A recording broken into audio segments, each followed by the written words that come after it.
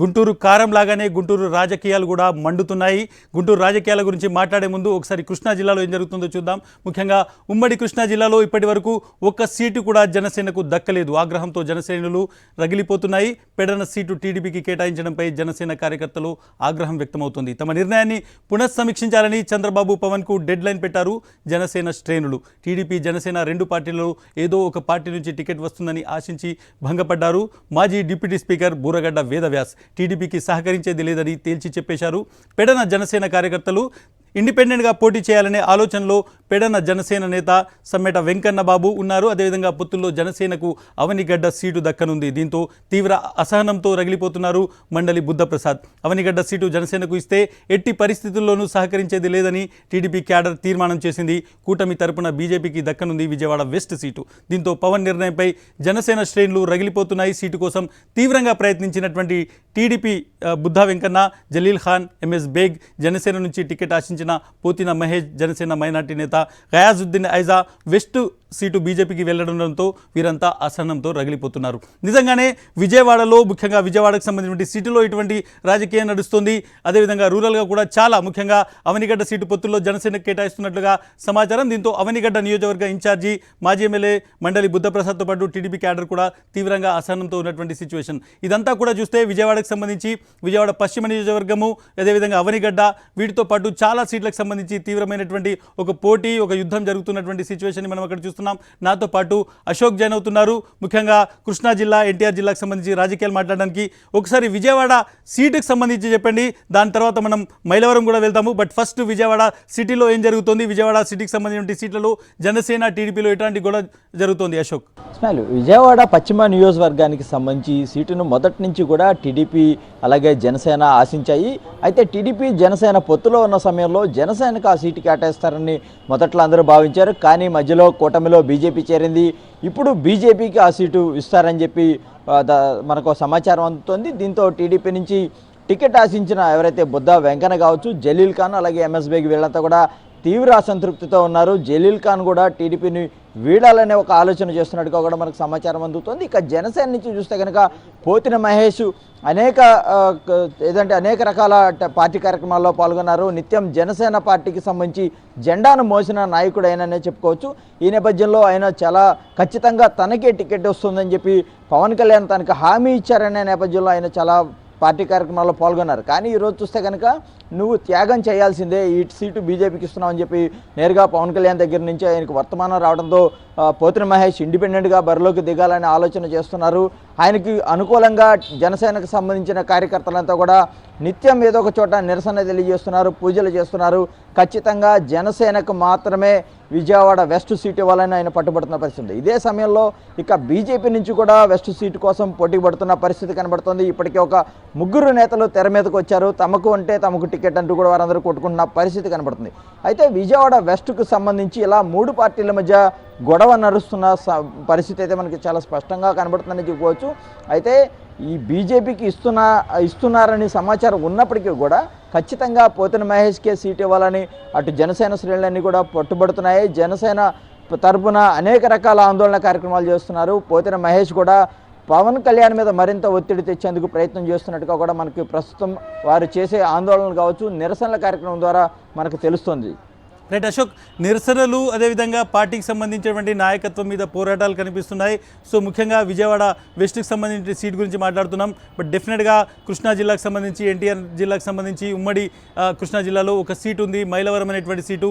ఈ సీటుకు చంద్రబాబు నాయుడు వేలం పెట్టారు. ఆ వేలంలో ఏం జరిగిందంటే ముఖ్యంగా దేవినేని ఉమ ఓడిపోయారు. దేవినేని ఉమ పొలిటికల్ లైఫ్కి చంద్రబాబు నాయుడు ఎండ్ కార్డ్ వేశారు. 100 కోట్లతో వసంత టీడీపీ టికెట్ తెచ్చుకుంటున్నారు. గతంలోనే ఉమ ఆరోపణలు చేసినటువంటి సిచ్యువేషన్. సో ఈరోజు వసంతకు టికెట్ ఇవ్వడం పైన ముఖ్యంగా ఒక 100 కోట్ల రూపాయలకు సంబంధించి డీల్ జరిగిందనేటువంటిది డైరెక్ట్గా దేవినేని ఉమా చేసినటువంటి ఒక కామెంటు, ఒక ఆరోపణ అనేటువంటిది ఈరోజు నిజమవుతున్నట్టు కనిపిస్తుంది.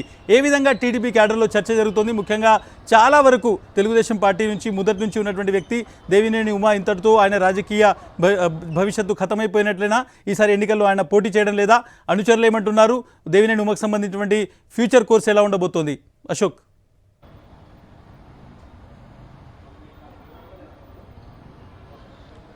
అంటే ఖచ్చితంగా ఈరోజు చంద్రబాబు నుంచి వచ్చిన ప్రకటన ద్వారా దేవినేని ఉమా రాజకీయ జీవితానికి ఒక ఎండ్ కార్డు పడిందనే చెప్పుకోవచ్చు. ఎందుకంటే మైలవరం నియోజకవర్గం నుంచి ఈసారి ఖచ్చితంగా తనే అభ్యర్థి అంటూ కూడా గడిచిన 4 ఏళ్లుగా అనేక రకాల ప్రయత్నాలు పార్టీ కార్యక్రమాలు చేసిన పరిస్థితి. అయితే ఎప్పుడైతే వసంత కృష్ణప్రసాద్ టీడీపీలో చేరారో వెంటనే మైలవరంలో పరిణామాలన్నీ కూడా మారిపోయాయి.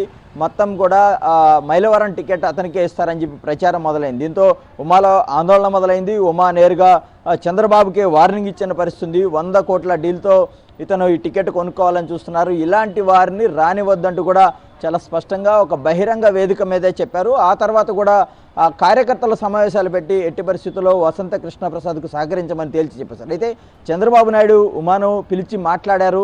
ఆ సమయంలో కొంత మెత్తబడినట్టు కనిపించినప్పటికీ కూడా ఈరోజు జరిగిన ప్రకటన ద్వారా ఉమా అతని వర్గం ఇంకా ఆందోళన అలాగే ఆగ్రహంతో రగిలిపోతున్నారని చెప్పుకోవచ్చు. ఎందుకంటే దేవినేని ఉమాకు ఎక్కడా కూడా అంటే ఉమ్మడి కృష్ణా జిల్లాలో దేవినేని ఉమా అంటే ఖచ్చితంగా టీడీపీ నాయకుల్లో ముఖ్యంగా గుర్తుకొచ్చేది ఉమానే. టీడీపీలో చంద్రబాబు తర్వాత ఒక ముఖ్యమైన నాయకుడిగా ఆయన పేరుగాంచిన పరిస్థితి ఉంది. ఇలాంటి నాయకుడికి ఏమాత్రం భవిష్యత్తు కూడా లేకుండా పోయిన పరిస్థితి ఈరోజు చంద్రబాబు ప్రకటన ద్వారా తెలుస్తుందని చెప్పుకోవచ్చు. అయితే వసంత కృష్ణప్రసాద్కి ఇప్పుడు పార్టీలో ఎవరు కూడా సహకరించొద్దు అనేది కూడా ఒక తెర వెనుక ప్రయత్నాలు ఇప్పటి నుంచే కూడా దేవినేని ఉమా మొదలుపెట్టినట్టుగా కూడా మనకు తెలుస్తోంది.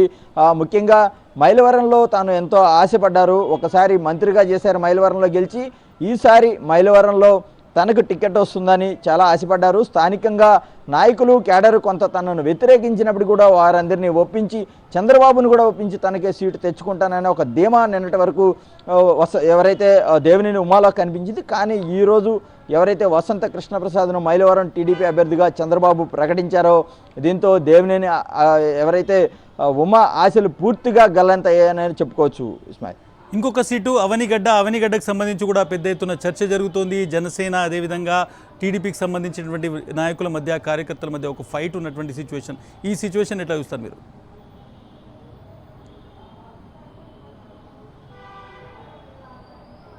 అంటే ఉమ్మడి కృష్ణా జిల్లాలో మొత్తం 16 నియోజకవర్గాలు ఉన్నాయి. 16 నియోజకవర్గాల్లో కైకలూరు కావచ్చు, పెడన కావచ్చు, అవనగడ్డ అలాగే విజయవాడ వెస్ట్ ఈ 4 స్థానాలని మొదటి నుంచి కూడా జనసేన ఆశిస్తోంది. కానీ పెడన నియోజకవర్గంలో జనసేనకి ఇవ్వకుండా టీడీపీ అభ్యర్థికి ఇచ్చారు.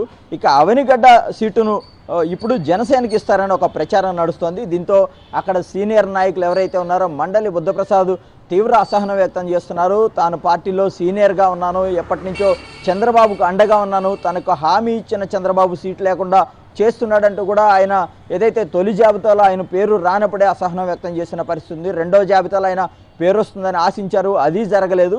మూడో జాబితాలో కూడా లేని పరిస్థితి. ఎందుకంటే జనసేనకు ఆ సీటు ఇస్తారని పూర్తిగా ఒక సమాచారం ఉంది. దీంతో ఎట్టి పరిస్థితుల్లో కూడా జనసేనకు సహకరించలేదని వారందరూ కూడా తేల్చి చెప్తున్నారు. టీడీపీ కార్యకర్తలు మండలి బుద్ధప్రసాద్కు సంబంధించిన అనుచరులంతా ఒక సమావేశం పెట్టుకున్నారు. ఖచ్చితంగా పవన్ కళ్యాణ్, చంద్రబాబు నాయుడు వారి నిర్ణయాన్ని పునఃసమీక్షించుకోవాలి, లేదంటే వారికి సహకరించమని చెప్పి వాళ్ళంతా కూడా ఒక అల్టిమేటం జారీ చేసిన పరిస్థితి కనబడుతుంది. ఒక తీర్మానం కూడా చేసుకున్నారు.